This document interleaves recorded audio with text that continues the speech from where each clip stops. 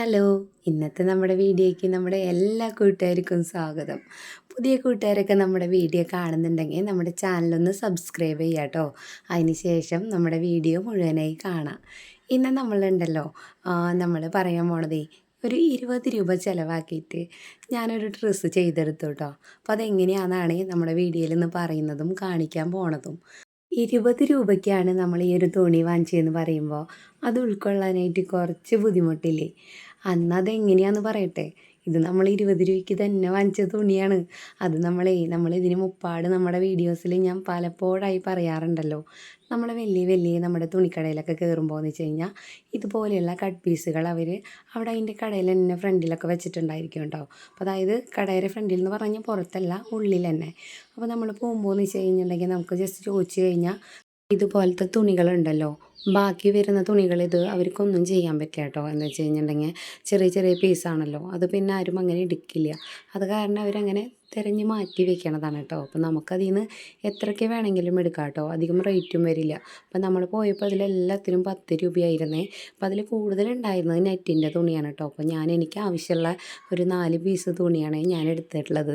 അപ്പോൾ ഈ ഒരു ക്രേപ്പിൽ വെട്ട തുണിയും ജോർജറ്റിൻ്റെ തുണിയായിട്ടാണ് കേട്ടോ ഞാൻ നോക്കിയെടുത്തിട്ടുള്ളത്. നമുക്ക് കിട്ടിയിട്ടുള്ള ഈ ഒരു തുണി എത്രയുണ്ടെന്ന് അളന്ന് നോക്കിയത് കണ്ടില്ലേ, 1 മീറ്ററും 15 പോയിൻ്റും ഉണ്ട് കേട്ടോ. അപ്പോൾ നമുക്കെന്ന് വെച്ച് കഴിഞ്ഞിട്ടുണ്ടെങ്കിൽ ഇങ്ങനെയുള്ള തുണികൾ അവിടെ നിന്ന് അളന്ന് നോക്കാൻ സമ്മതിക്കില്ല കേട്ടോ. അവർ ഓരോന്നും ഇങ്ങനെ കെട്ടി റബ്ബർ ബാൻഡ് ഇട്ട് വെച്ചിട്ടുണ്ടാവും. അപ്പോൾ നമുക്ക് വീട്ടിൽ കൊണ്ടുവന്നിട്ടാണ് ഇത് എന്തോരമുണ്ടെന്ന് നോക്കാൻ പറ്റുള്ളൂ. അപ്പോൾ നമുക്ക് കിട്ടുകയാണെന്നുണ്ടെങ്കിൽ ഇതുപോലുള്ള തുണികൾ എടുക്കുമ്പോഴേ 2-3 കളർ നോക്കിയിട്ട് എടുത്ത് വയ്ക്കാം, മാച്ചാവുന്ന തരത്തിൽ. അത് കൊണ്ടുവന്നിട്ട് നമുക്ക് ഡ്രസ്സ് തയ്ച്ചെടുക്കാമല്ലോ. പിന്നെ നമ്മുടെ ഈ ഒരു ഡ്രസ്സ് തയ്ക്കാനായിട്ട് ലൈനിങ് നിർബന്ധമൊന്നുമില്ല കേട്ടോ. ഞാനിവിടെ വാങ്ങിച്ചിട്ട് ഇരുന്നേരുന്ന ഒരു പീസ് ലൈനിങ്ങിൽ നിന്ന് ഞാൻ കട്ട് ചെയ്തെടുക്കുന്നുണ്ട്.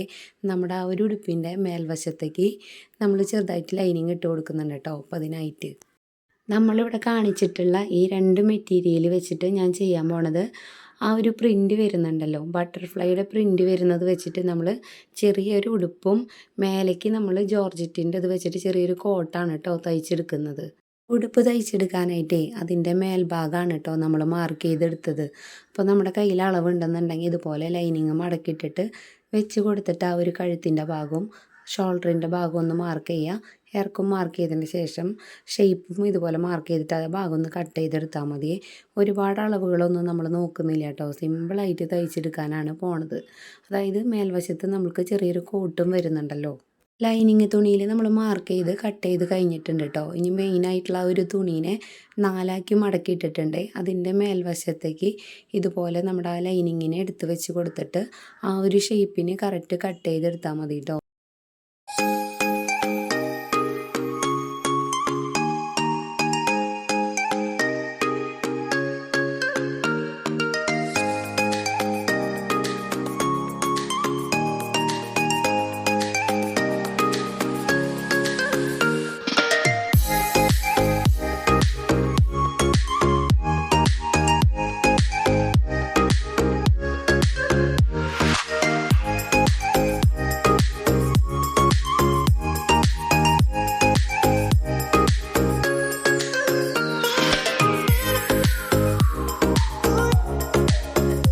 നമ്മുടെ ഉടുപ്പിൻ്റെ മേൽവശത്തെ കട്ടിങ്ങൊക്കെ കഴിഞ്ഞിട്ടുണ്ട്. ബാക്കി വരുന്ന മെറ്റീരിയൽ ഇതാണ് കേട്ടോ. അപ്പോൾ ഇത് വെച്ചിട്ട് വേണം നമുക്ക് ആ ഒരു ഉടുപ്പിന് താഴത്തെ വശം നമുക്ക് ഞെറിയിട്ടെടുക്കാനായിട്ട്. ഉടുപ്പിൻ്റെ താഴ്വശത്തേക്ക് തുണി കുറവാണെങ്കിലും നമ്മുടെ ഉടുപ്പ് നല്ല ഭംഗിയിൽ നിൽക്കണമല്ലോ. അപ്പോൾ നമുക്ക് ഞെറി കുറച്ച് കൂടുതൽ കിട്ടാനായിട്ട് നമ്മുടെ ആ ഒരു തുണീനെ നടുമടക്കിയിട്ടിട്ട് ആ ഒരു ഭാഗത്ത് നമ്മൾ കട്ട് ചെയ്തിട്ട് 2 പീസാക്കി എടുക്കാനാണ് കേട്ടോ പോണത്. ആ ഒരു 2 പീസിനെ നമുക്ക് കൂട്ടി തയ്ച്ചെടുത്തിട്ട് വേണം ഞെറിയിട്ടെടുക്കാനായിട്ട്. നമ്മുടെ ഈ ഒരു ഉടുപ്പിലെ മെയിനായിട്ടുള്ള കട്ടിങ്ങൊക്കെ കഴിഞ്ഞിട്ടുണ്ട്. ഇനി നമ്മുടെ ഈ ഒരു ഉടുപ്പിന് മേലേക്ക് ഇടാനുള്ള ആ ഒരു കോട്ടും കൂടി നമുക്ക് കട്ട് ചെയ്തെടുക്കാം. നമ്മുടെ ഈ ഒരു ജോർജറ്റിൻ്റെ മെറ്റീരിയലിനെ 4 മടക്കിയിട്ടിട്ടുണ്ട്. അതിനുശേഷം നമുക്കതിൻ്റെ ഇറക്ക് മാർക്ക് ചെയ്യാം. 18 ഇഞ്ചാണ് കേട്ടോ ഞാനിവിടെ ഇറക്ക് മാർക്ക് ചെയ്യുന്നത്. കോട്ടിൻ്റെ ഇറക്ക് മാർക്ക് ചെയ്തതിന് ശേഷം നമ്മൾ ഉടുപ്പ് തയ്ക്കാനായിട്ട് മേൽഭാഗം നമ്മൾ ലൈനിങ് കട്ട് ചെയ്തിട്ടില്ലേ, ആ ഒരു ഭാഗത്തിന് ഈ ഒരു ജോർജറ്റിൻ്റെ തുണിയിലേക്ക് വെച്ച് കൊടുക്കുക. ഇതുപോലെ ആ ഒരു പീസ് വെച്ച് കൊടുത്തതിൻ്റെ ശേഷം കുറച്ചും കൂടി ലൂസ് ഇട്ടിട്ടാണ് കേട്ടോ നമ്മൾ കട്ട് ചെയ്തെടുക്കേണ്ടത്. ജോർജറ്റിൻ്റെ തുണിയായ കാരണം തന്നെ നമ്മൾ മാർക്ക് ചെയ്യണത് ചെറുതായിട്ട് ഇങ്ങനെ ചെരിഞ്ഞൊക്കെ പോകുന്നുണ്ട് കേട്ടോ. അപ്പോൾ അത് നമ്മളൊന്ന് കറക്റ്റാക്കി എടുത്താൽ മതി.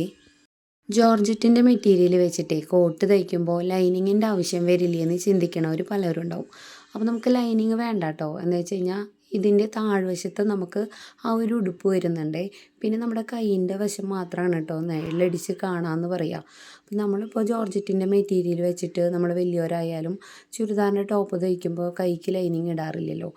അതുകൊണ്ട് തന്നെ നമ്മുടെ ഈ ഒരു കോട്ടിന് ലൈനിങ്ങിൻ്റെ ആവശ്യം വരുന്നില്ല. ഇനി അത്രയ്ക്ക് നിർബന്ധം ലൈനിങ് ഉണ്ടെന്നുണ്ടെങ്കിൽ വെച്ച് കൊടുക്കാം കേട്ടോ നമ്മുടെ ഈ ഒരു കോട്ട് തയ്ക്കുമ്പോൾ.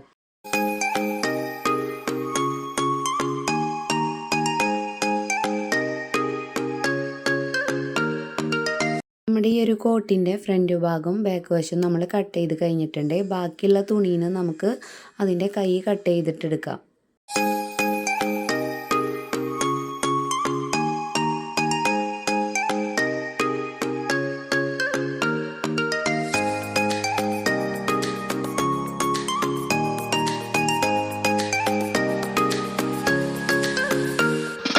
കോട്ടിൻ്റെ ബാക്ക് പീസ് ഉണ്ടല്ലോ, ഇതുപോലെ നമുക്ക് മടക്കിയിട്ടിട്ടേ കഴുത്ത് വികാസം 3 ഇഞ്ച് മാർക്ക് ചെയ്തിട്ടുണ്ട്.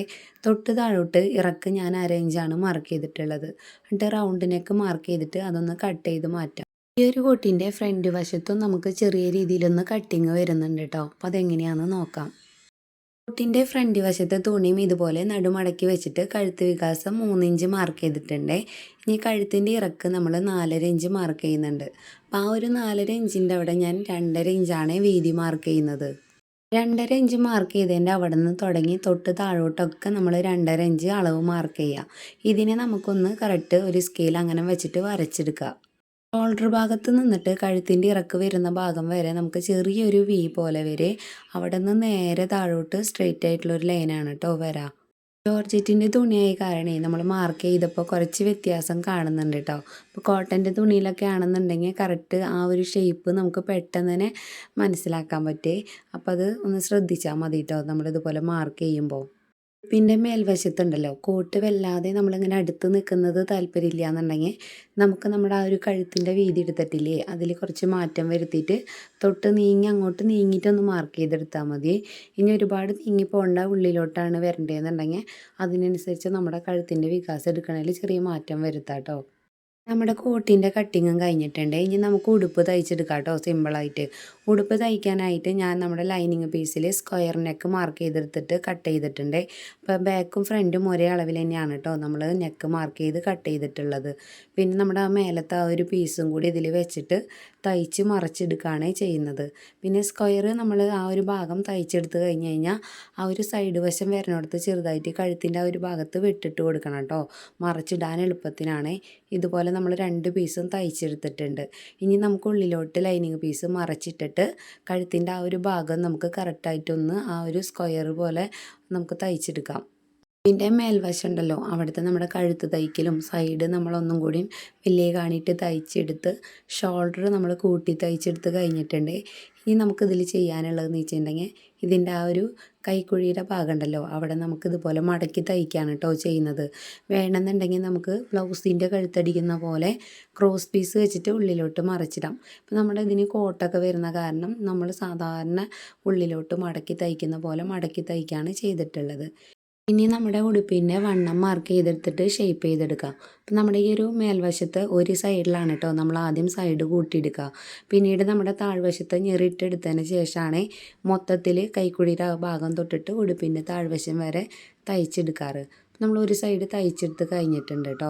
ഇനി നമുക്ക് നമ്മുടെ ആ ഒരു ഉടുപ്പിന് ഞെറിയിട്ട് കൊടുക്കാം. അപ്പോൾ എല്ലാ വശം ഒരേപോലെ ഞെറി കിട്ടാനായിട്ടേ വലിയ കാണിട്ടിട്ട് നമ്മുടെ ആ ഒരു ഞെറിയിടുന്ന ഭാഗത്ത് നമ്മൾ ഇതേപോലെ ഒന്ന് സ്റ്റിച്ച് ചെയ്തെടുക്കാം കേട്ടോ. പിന്നെ അതിൻ്റെ ആ ഒരു നൂലിൻ്റെ ആ ഒരു ഭാഗം പിടിച്ചതിന് ശേഷം ഇതുപോലെ വലിച്ച് കഴിഞ്ഞിട്ടുണ്ടെങ്കിൽ നമ്മുടെ ആ ഒരു ഉടുപ്പിൻ്റെ താഴ്വശത്തില്ലേ നല്ല ഭംഗിയായിട്ട് ഞെറി കിട്ടും കേട്ടോ. അതിന് നമ്മൾ തയ്ക്കുമ്പോൾ ഒന്ന് കറക്റ്റാക്കിയിട്ട് ഒപ്പാക്കി കൊടുത്താൽ മതി കേട്ടോ ഓരോ വശത്തും. ഇതുപോലെ ഞെറിയിട്ടെടുക്കാനായിട്ട് യാതൊരു ബുദ്ധിമുട്ടില്ലേ. നമ്മൾ തയ്ച്ച് കഴിഞ്ഞ് വരുമ്പോൾ നമ്മുടെ നൂല് 2 ഉണ്ടാവുമല്ലോ, അതിലെ ഒരു നൂല് പിടിച്ച് വലിച്ചാൽ മതി കേട്ടോ. ഒരു നൂല് അവിടെ നിർത്താം. എന്നിട്ട് നമ്മൾ ആ ചുളിയനനുസരിച്ചിട്ട് ഉള്ളിലോട്ടൊന്ന് ഇങ്ങനെ ആക്കി കൊടുത്തു കഴിഞ്ഞാൽ നല്ല ഭംഗിയായിട്ട് ഞെറി കിട്ടും.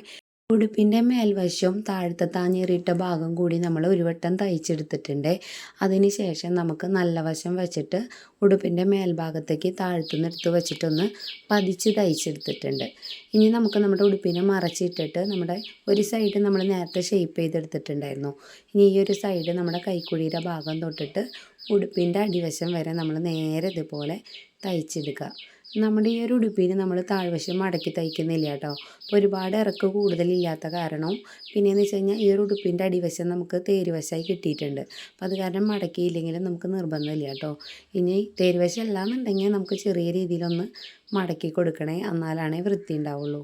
നമ്മുടെ ഉടുപ്പിൻ്റെ കംപ്ലീറ്റ് തയ്ക്കലൊക്കെ കഴിഞ്ഞിട്ടുണ്ട് കേട്ടോ. അപ്പോൾ സിമ്പിളായിട്ട് എല്ലാവർക്കും തയ്ച്ചെടുക്കാൻ പറ്റിയിട്ടുള്ള ഒരു ഉടുപ്പാണ് കേട്ടോ ഇത്.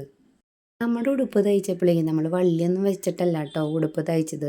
അപ്പോൾ നമുക്ക് തുണി ഉണ്ടെന്നുണ്ടെങ്കിൽ ബാക്കിൽ വള്ളി വെക്കണമെങ്കിൽ വെച്ച് കൊടുക്കാം. അപ്പോൾ നമ്മുടെ കയ്യിൽ തുണി കുറവായിരുന്നേ, അപ്പോൾ അത് കാരണം വെച്ച് കൊടുത്തിട്ടില്ല. പിന്നെയെന്ന് വെച്ച് കഴിഞ്ഞാൽ ഉടുപ്പ് കറക്റ്റ് ഒരു അളവിലാണ് തയ്ക്കണേന്നുണ്ടെങ്കിൽ നമുക്ക് പിന്നെ കെട്ടേണ്ടി വരില്ല കേട്ടോ, നല്ല വൃത്തിയിൽ തന്നെ നിൽക്കും.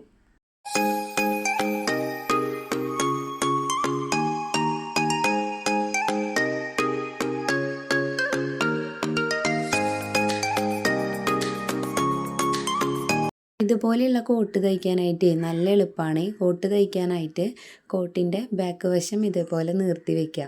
അതിന് ശേഷം ഫ്രണ്ട് വശത്തെ 2 പീസും കൂടി ആ ഒരു ഷോൾഡർ ഭാഗത്തേക്ക് വെച്ചിട്ട് ആദ്യം നമ്മുടെ ആ ഒരു ഷോൾഡർ ഭാഗങ്ങൾ തമ്മിൽ കൂട്ടി തയ്ച്ചെടുക്കുക. കോട്ടിൻ്റെ 2 ഷോൾഡറും നമ്മൾ തയ്ച്ച് കഴിഞ്ഞിട്ടുണ്ട്. ഇനി നമുക്കതിലേക്ക് കൈയും കൂടിയും തയ്ച്ചിട്ട് വെക്കാം. അപ്പോൾ കൈ തയ്ച്ച് വെക്കാനായിട്ട് നമുക്ക് കൈയിൻ്റെ ആ ഒരു തുമ്പ് തയ്ച്ചെടുക്കുന്നുണ്ട്. അപ്പോൾ 1/2 ഇഞ്ച് വെച്ചിട്ട് ഉള്ളിലോട്ട് മടക്കിയിട്ടാണ് നമ്മൾ ആദ്യം തയ്ച്ചെടുക്കേണ്ടത്. പിന്നെ അത് നമ്മുടെ ആ ഒരു കൈ ഷോൾഡർ ഭാഗത്ത് നമുക്ക് കൂട്ടി തയ്ച്ച് വെക്കാം കേട്ടോ. പിന്നെ നമ്മൾ ചെയ്യാനുള്ളതേ, നമുക്ക് ബാക്കി നിൽക്കുന്ന ആ ഒരു തുണിയിൽ നിന്ന് ചെറിയൊരു പീസ് നീളത്തിൽ നമ്മൾ കട്ട് ചെയ്തെടുക്കാം. നമുക്ക് ക്രോസ് പീസ് കട്ട് ചെയ്യാനുണ്ടെന്നുണ്ടെങ്കിൽ അതുപോലെ കട്ട് ചെയ്തെടുക്കാം കേട്ടോ. അപ്പോൾ നമ്മൾ നീളത്തിലൊരു പീസ് കട്ട് ചെയ്തിട്ട് നമ്മുടെ ആ ഒരു കോട്ടിൻ്റെ നല്ല വശത്ത് നിന്നിട്ട് ഇതുപോലെ താഴത്തു നിന്ന് തുടങ്ങി കോട്ടിൻ്റെ ഒരു സൈഡ് മൊത്തം തയ്ച്ച്, അതായത് കഴുത്തിൻ്റെ ബാക്ക് വശം മൊത്തത്തിൽ തയ്ച്ച് താഴത്ത് എത്തി കഴിഞ്ഞ് കഴിഞ്ഞാൽ പിന്നെ നമ്മൾ വീണ്ടും ആ ഒരു ഭാഗത്ത് നിന്നിട്ട് ഉള്ളിലോട്ട് മടക്കി തയ്ക്കുകയാണ് ചെയ്യുന്നത്.